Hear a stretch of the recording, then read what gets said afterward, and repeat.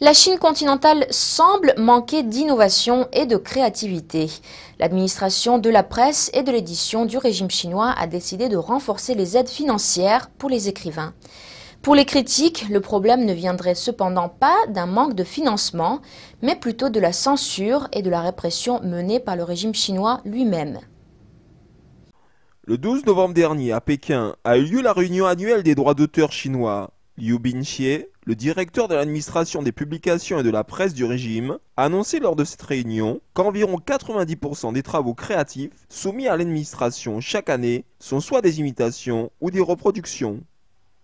Liu a déclaré que les gouvernements centraux et locaux attribueront davantage de financement pour soutenir le domaine de la création. Cependant, de nombreux critiques affirment que le problème ne vient pas d'un manque de financement, mais plutôt des contrôles excessifs et de la censure exercée par le régime chinois. L'industrie culturelle et littéraire chinoise est lourdement réprimée par le régime communiste. Beaucoup de gens n'ont pas le cœur à produire des œuvres. Ce n'est pas qu'ils ne veulent pas produire, c'est plutôt à cause de cette répression. Selon Ye Guangsheng, un critique culturel de Chine continentale, le régime chinois consacre déjà beaucoup d'argent pour soutenir le domaine littéraire. Mais cet argent est distribué par l'Association des écrivains, une agence officielle parrainée par l'État. Même avec davantage de financement, les œuvres créatives ne pourront pas s'améliorer, car cet argent sera remis à des écrivains appartenant à l'association.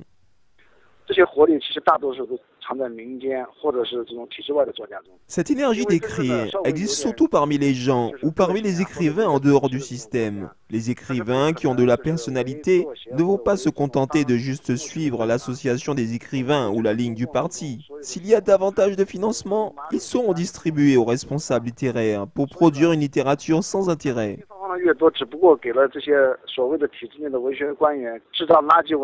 Selon les critiques, il est difficile pour les Chinois d'être créatifs, car ils ont été élevés en apprenant par cœur des réponses standards aux questions et réprimés par l'idéologie du Parti communiste.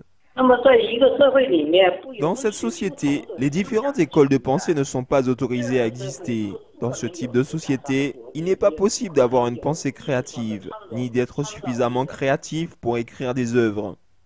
En octobre dernier, la 6e session plénière du comité central du Parti communiste s'était terminée sur des nouvelles directives visant à améliorer le sens d'identité des citoyens et de confiance dans la culture chinoise. Mais ces directives ont toujours l'objectif politique de renforcer ce que le régime chinois appelle son pouvoir de persuasion à l'étranger.